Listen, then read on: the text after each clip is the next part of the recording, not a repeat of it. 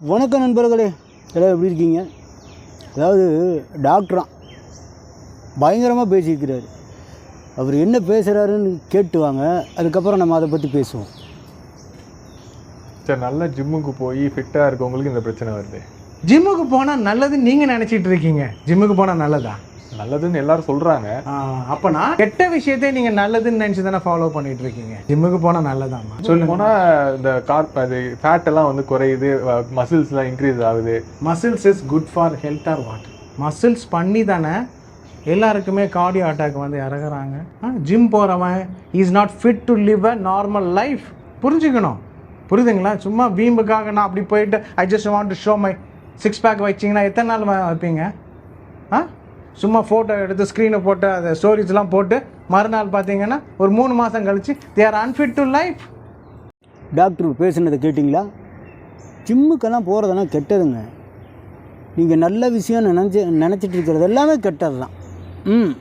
கஞ்சா அடிக்கிறது, தண்ணி அடிக்கிறது, தம் அடிக்கிறது, இந்த பாக்கு போடுறது, இப்படி தட்டி வாய்க்குள்ளே போடுறது, தெருவெல்லாம் துப்பி வைக்கிறது, அதெல்லாம் நல்ல விஷயம். இந்த ஜிம்முக்கு போகிறது தான் கெட்ட விஷயம். அண்ணன் சொல்கிறாரு, டாக்டர் அண்ணன், அங்குள் இல்லையா, பஞ்சு முட்டாய் தலை. சரி, ஓகே. அதாவது இவருக்கு எந்த ஒரு புரிதலும் இல்லைங்க. பாவம், டாக்டர் வேலைக்கு வந்திருக்காரு. டாக்டராங்கிற டவுட்டு கூட எனக்கு இருக்குது. இந்த போலீஸ் வேலைக்கு தப்பாக எடுத்துகிட்டோன்னு சொல்கிறாங்க பார்த்தீங்களா, அந்த மாதிரி இவர். இங்கே ஒருத்தர் இருக்கார், டாக்டர் எஜுகேஷன். அவரோட ஃபோட்டோ கிடச்சா போடுறேன். ஃபிட்னஸ்க்குன்னு அவர் ஒரு சேனல் வச்சுருக்காரு. 2 மில்லியனுக்கு மேலே அவருக்கு சப்ஸ்கிரைபர் இருக்காங்க. அவர் டாக்டர், சரிங்களா? ஓகே. இப்போது ஜிம்முக்கு போகிறதுல 2 விதம் இருக்குது நண்பர்களே. ஒன்று நேச்சுரலாக பண்ணுறது, இன்னொன்று மெடிசன் எடுத்துகிட்டு பண்ணுறது.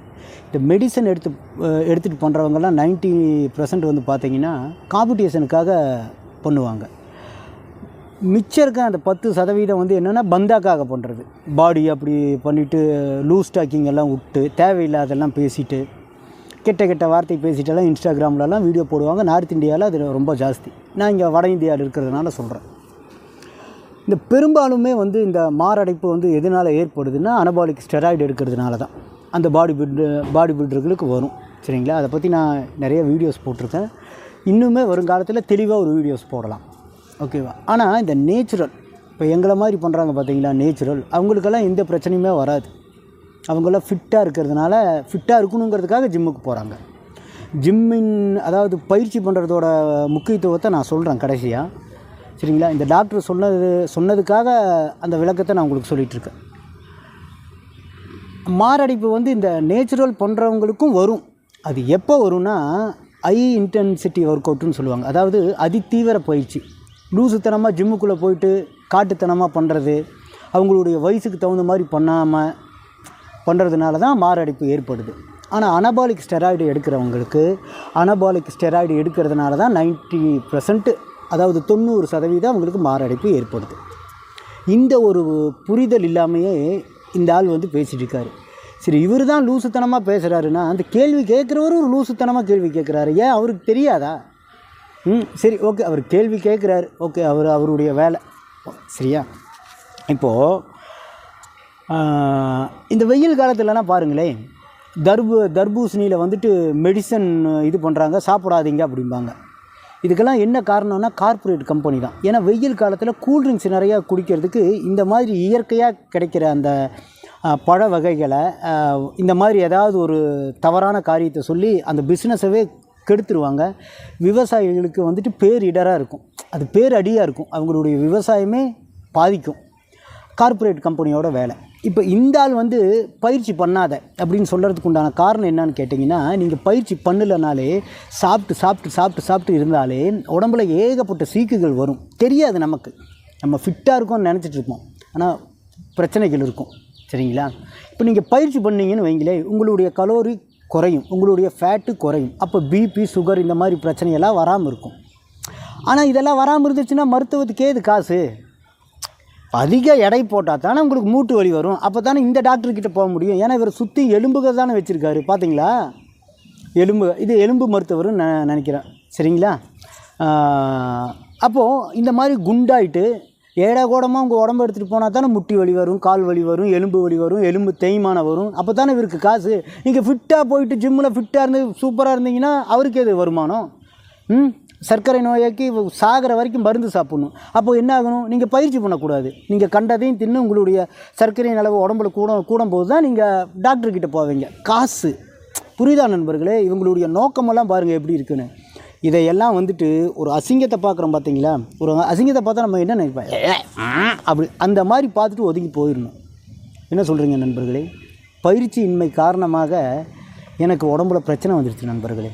3 வருஷம் நான் இந்த ஜிம்முக்கு போகிறதெல்லாம் விட்டேன். எனக்கு உடம்புல பிரச்சனை வந்துடுச்சு. உடம்புல பிரச்சனை வரும்போது நான் இருந்த ஃபோட்டோஸ் பாருங்கள். அதுக்கப்புறம் நான் வந்து ஒர்க் அவுட் பண்ணி என் உடம்பை ரெடி பண்ணது நான் இந்த பக்கம் போடுறேன். எனக்கு 42 வயசு. அடுத்த மாதம் வந்தால் 42 வயசு. சரிங்களா? நேச்சுரலாக பண்ணுறேன். இங்கே பாருங்களே, பார்த்தீங்களா? இது நேச்சுரலாக நான் பயிற்சி பண்ணி கொண்டு வந்த பைசப்ஸ். இது அனபாலிக்கு நான் என்றைக்குமே துணை போகிறதில்ல. அனபாலிக்கு எடுக்க வேண்டாம்னு தான் சொல்லுவேன். அதே மாதிரி நீங்கள் ப்ரொஃபஷனலாக ஒரு பாடி பில்டர் ஆகணும், காம்படிஷன் அட்டன் பண்ணணும், இதை வச்சு லைஃப்பில் நீங்கள் முன்னுக்கு வரணும்னு நினச்சிங்கன்னா நல்ல ஒரு ட்ரெயினரை பாருங்கள். நல்ல கைட்லைன்ஸில் ஒரு ட்ரெயினரை பார்த்து நீங்கள் பயிற்சி பண்ணி நீங்கள் மெடிசன் போட்டு வரலாம், தப்பு இல்லை. ஆனால் இந்த பந்தாக்காகலாம் எடுத்திங்கன்னா உயிருக்கு ஆபத்து. இவர் சொல்கிறாருல்ல. அப்புறம் இந்த கார்டியாக் அரெஸ்ட் வந்து இறந்து போயிட்டாருன்னு இவர் சொல்கிறாரு இல்லைங்களா? 2020க்கு முன்னாடி 2020க்கு பின்னாடி எத்தனை ஆக்டர்களெல்லாம் இறந்து போனாங்க?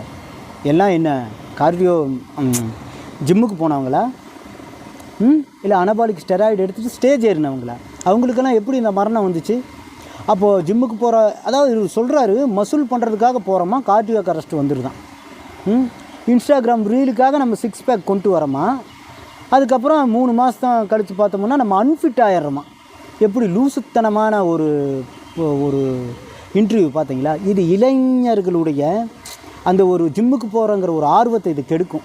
இவங்க பேசுகிறதெல்லாம் பாருங்கள் எவ்வளோ ஒரு அபத்தமாக இருக்குன்னு, முட்டாள்தனமாக இருக்குன்னு. பார்த்தீங்களா நண்பர்களே? பயிற்சி உங்களுக்கு வந்துட்டு உணவு மாதிரி. உணவு இல்லைன்னா ஒருத்தர் எப்படி உயிர் வாழ முடியாதோ அதே மாதிரி பயிற்சி இல்லைன்னா ஏகப்பட்ட பிரச்சனைகள் வரும். இப்போது எதிர்கால